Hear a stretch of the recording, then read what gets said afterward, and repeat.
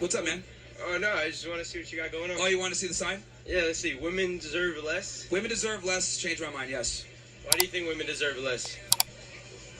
Well, there's a bunch of different reasons, but I would say, to make it nice and simple, we got too many simps out here. What's the constant variable of what they currently have of deserving that they should deserve less of? Oh, look, she flipped the middle finger off. She's so mad.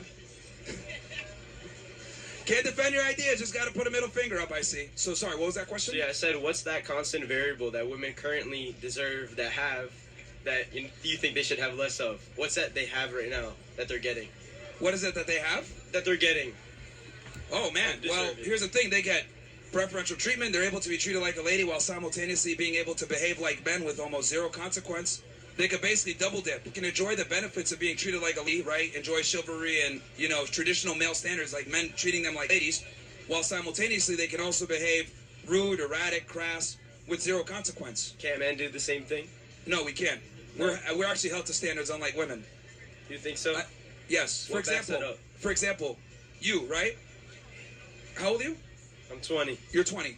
So, who do you think is going to have more value in society, you or a 20-year-old girl? Depends which 20-year-old girl, because me, physically, I work my ass off and I'm, focused and do what I need to do. I'm sure there's a woman that's 20 years old that does the same thing. Okay, here's the beauty. There's a majority that you said you work your ass off, right? Of course. Why do you work your ass off? I mean, because I don't ever want to have my mom working a day in her life. That's all it is. So there's a burden of performance on you, right? You have to work. I have to. No one has to work. Well, if you didn't work, your status would decrease. Fair? Not necessarily. Nowadays, no. Yeah, it would decrease. So the reason why you're working is because you kind of know it's an unknown. It's like an unspoken reality that men have to perform. But if I took a 20-year-old girl, she doesn't have to work. You do. That's my point. I mean, working is one thing because women, they can work in other ways. It doesn't just have to be like a 9-to-5 making money. They can work in supporting and doing things around the house. For example, if you have a team of people, not every single person is just bringing in money.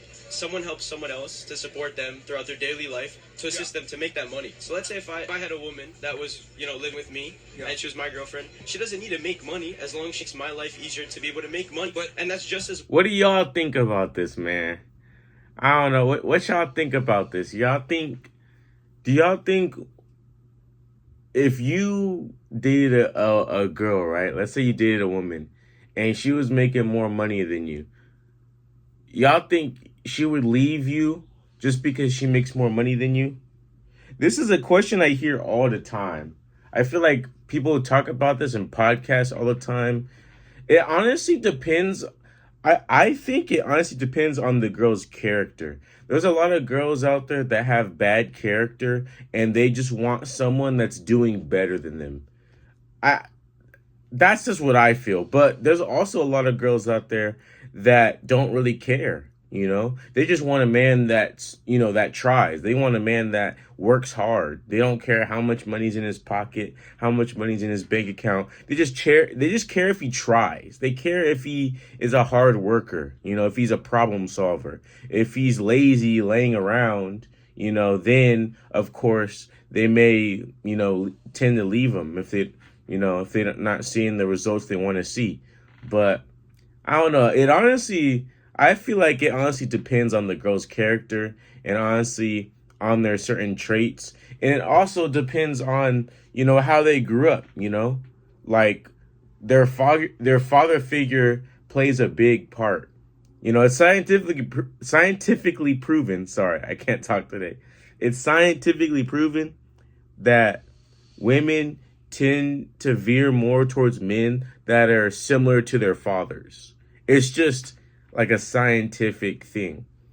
And it's vice versa for men. Like men tend to veer more towards, women that treat them like their mothers did when they were younger, that are nurturing, caring, nice, that take care of the home, all of that. So, yeah, I think that's all it really comes down to. But as you can see, a lot of people have some different perspectives. So, yeah. It wouldn't work the other way around. That's my point. If she worked, and Why you not? helped her out behind the scenes, Why not? it probably wouldn't work because women don't like to provide for men long term. It depends on the situation. Depends on the 90+% of women do not want to be a breadwinner for a man ever. That's ever. not true. That's propaganda, feminist propaganda. Women, if they out-earn That their is man, true for a lot or of they're in a girls, position where they're in though. a leadership role, Not gonna lie. there's a very high likelihood they will leave you. My mother's a perfect example of Not that. It's all. the complete opposite, so I don't Is she with your dad still? Of course. Okay, and how long they been married?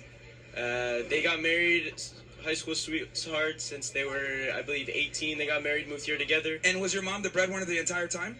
They were 50-50. Okay, and then what is it now? Now she's the At breadwinner? first, it was my dad. Well, basically, my mom went to school, my dad worked. Then my mom worked because she got her degree, and He my put her dad through school. then went to school. And now they both work, and I would say that my mom has a more consistent and, makes more money than my dad. And that completely discredits to a point of what you're saying, because there's a degree where my dad wasn't working assisting her. Well, you also got to understand that anecdotal evidence, like based on your own personal experience, doesn't necessarily reflect the rest of the No, I world. So agree. though that might be your situation with your parents, which is great, a lot of the possible. times that's just not the reality. And the other thing also that you need to understand is that your father was the breadwinner for a significant amount of time in your relationship. How do you know it's significant? What if I say 2 years? Well, those 2 years is where she was able to go to school, right? And vice versa when he went to school. Okay, but he put her through school. Hmm? So he allowed her to basically be able to go to school, and he Put him through school, yes. That's They both very put each important. other through school. That's very, very important. That's a pertinent fact to the situation. But again, like I said before, women, right, are not going to provide long-term for men the same way that men will provide long-term for women.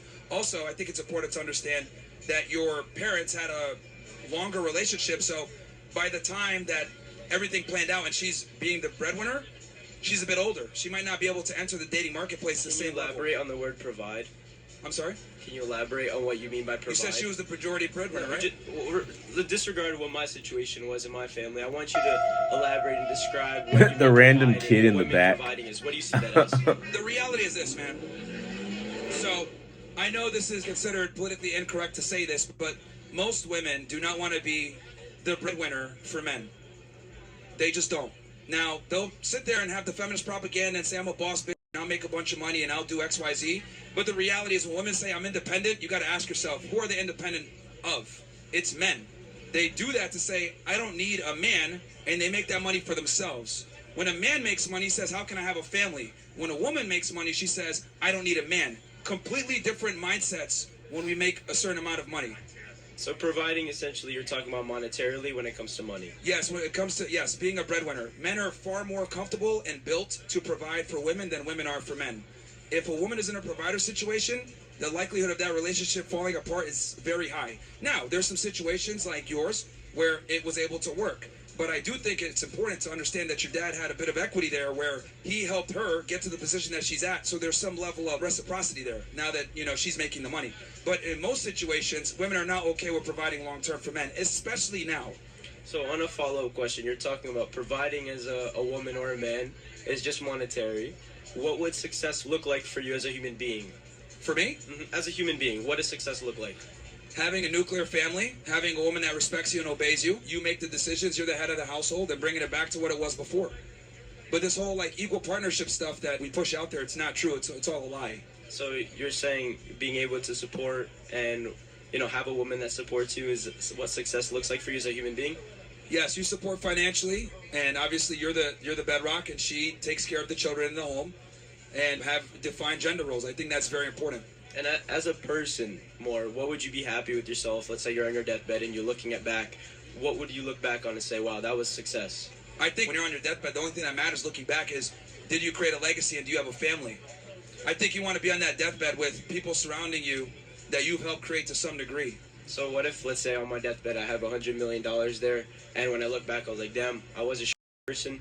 I didn't do a lot of things. I wasn't so wise. I wasn't so kind. But instead, you maybe had that same amount of money, but you had a woman that instilled those values in you and your family. I think that's worth more than any $100 million could count for. I agree. I think less money in a family is far more important than more money and no family. I agree. And a woman brings that. I agree. All right, thank you.